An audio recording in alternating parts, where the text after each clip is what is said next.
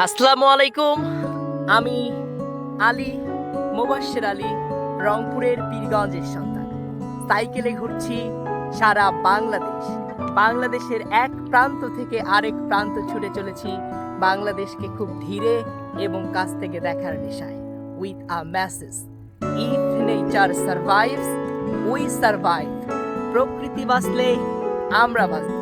সাইকেলে সারা বাংলাদেশ ভ্রমণের ৮৩তম দিনে আমি আছি বাংলাদেশের দিনাজপুরের পার্বতীপুর উপজেলায়। তো এই রাস্তা ধরে পার্বতীপুরের দিকে এগিয়ে চলছি।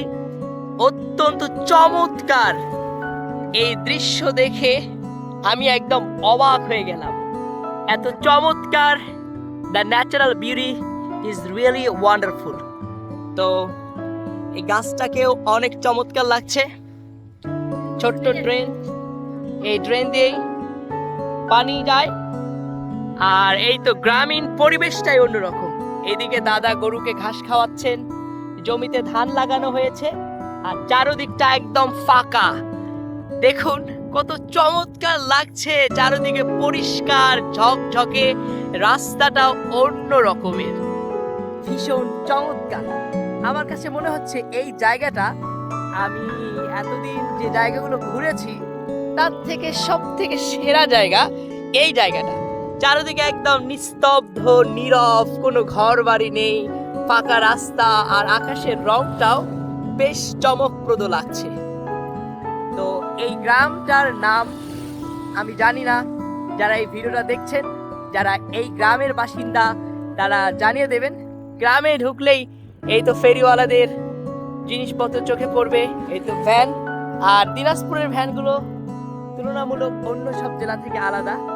তো যেমন আমাদের রংপুরের ভ্যানগুলোতে বসার জন্য উঁচু ব্রেঞ্চের মতো থাকে, কিন্তু দিনাজপুরের এই ভ্যানগুলো একদম ফ্ল্যাট। রাস্তাটা সত্যি অসাধারণ। আর রাস্তা থেকে জমিগুলো অনেক নিচু, বৃষ্টির পানি এখনো জমে আছে। আর এই জমিগুলো প্রস্তুত করা হচ্ছে ধান চাষের জন্য। এই অঞ্চলের প্রধান ফসলগুলো কি কি অবশ্যই কমেন্ট বক্সে জানিয়ে দেবেন। আপনার এই অঞ্চলগুলোতে কোন ধরনের শস্য বেশি আবাদ হয় অবশ্যই জানিয়ে দেবেন। তো দেখুন কত চমৎকার। ভাই আসসালামু আলাইকুম, কেমন আছেন? রাস্তাটা একদম ফাঁকা, ওই তো সূর্য, পরন্ত বিকেল বেলা, সূর্যের তেমন তেজ নেই, আমিও তেমন ঘামছি না। বেশ স্বাচ্ছন্দ্যে মনের আনন্দে সাইকেল নিয়ে এগিয়ে চলছি বাংলাদেশের প্রতিটি কোনায় কোনায়।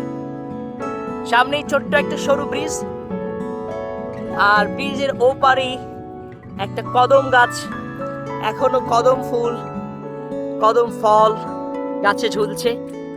ছোটবেলার কথা মনে পড়ে গেল, কদম ফুল দিয়ে অনেক খেলতাম। কদম গাছ বিশেষ করে জঙ্গলের আশপাশে যেখানেই দেখতাম কদম ফুল, ফল সংগ্রহ করতাম। আবার কদম ফলগুলোও কিন্তু লবণ দিয়ে খেতাম। তো ডানে ধানের গাছ। তো সামনে একজন দাদাকে দেখতে পাচ্ছি, তার কাছেই এই গ্রামের নাম জানতে চাইবো। দাদা আসসালামু আলাইকুম, কেমন আছেন?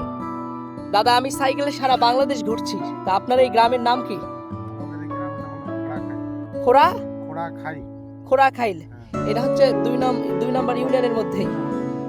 আচ্ছা, তো আপনার এই এলাকাগুলোতে খুব কোন আবাদ সব থেকে বেশি হয়? আমাদের এখানে ভুট্টা, সিজনে ভুট্টা হয়।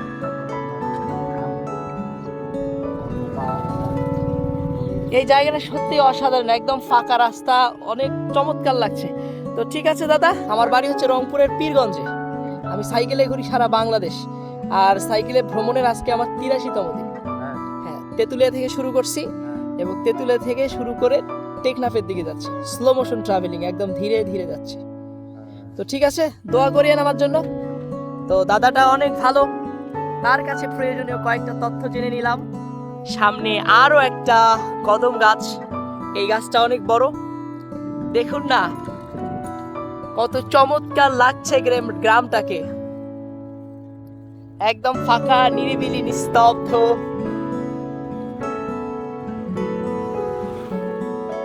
সামনে আম বাগান।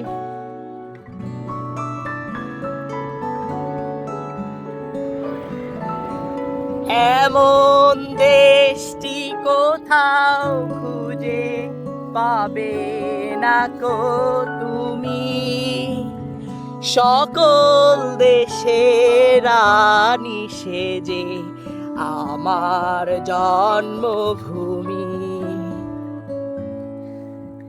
Really wonderful. এমন দেশ আসলে কোথাও পাওয়া যাবে না। আমাদের দেশটা ছবির মতো সুন্দর, আমাদের দেশটা সত্যি অনেক অনেক সুন্দর। জাস্ট দেশের মানুষগুলো যদি আমরা নিয়ম মেনে চলতাম, দেশের মানুষেরা যদি আরো বাংলাদেশকে ভালোবেসে বাংলাদেশের জন্য কাজ করতাম, তাহলে কিন্তু আমাদের দেশটা আরো ভালো হতো। আমরা যেখানে সেখানে নোংরা ফেলে রাস্তাঘাট নোংরা করে রাখি।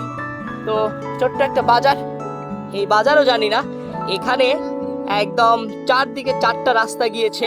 তো একজনকে জিজ্ঞাসা করি, আসসালামু আলাইকুম, আমি পার্বতীপুর যাব, কোন দিক দিয়ে? এদিক দিয়ে যেতে পারবেন, এখান থেকে মেন রোডে যাবেন। কোনটা সহজ হবে? পার্বতীপুর। তো আমি আমার হাতের বাম সাইডে যাচ্ছি পার্বতীপুরের দিকে। এটা হচ্ছে পার্বতীপুরের রোড, পার্বতীপুরের দিকেই যাচ্ছি।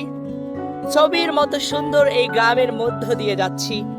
আপনারা আমাকে জানিয়ে দেবেন কারা কারা এই গ্রামে বাস করেন, কাদের আত্মীয় স্বজন আছে এই গ্রামে, আমি জানতে চাই আপনাদের মুখে। তো এখানে চাচা কাজ করছেন। ডান সাইডের পুকুর দেখে মনে হলো ছোটবেলায় অনেক গোসল করতাম এই পুকুরগুলোতে। এখন আর সময় হয় না। এই তো ছোটবেলার খেলার কথা মনে পড়ে গেল। ও ছোট্ট একটা কার নিয়ে খেলছে। আর সত্যি ছোটবেলার কথা যখন মনে পড়ে ভীষণ খারাপ লাগে। তো আমার জন্য দোয়া করবেন যাতে এভাবেই সারা বাংলাদেশ ভ্রমণ সম্পন্ন করে আমি আমার বিশ্ব ভ্রমণের স্বপ্ন পূরণ করতে পারি। পিছন থেকে একজন ডাকছেন, সম্ভবত আমাকে চিনেন। আসসালামু আলাইকুম। ওয়ালাইকুম আসসালাম, কেমন আছেন? তো ভাইরা আমাকে চিনে ফেলেছেন। আমি একটু আগেই দেখলাম যে ওনারা সোজা যাচ্ছিল, আবারও ভালোবেসে ব্যাক চলে এসেছেন। এই তো আলহামদুলিল্লাহ।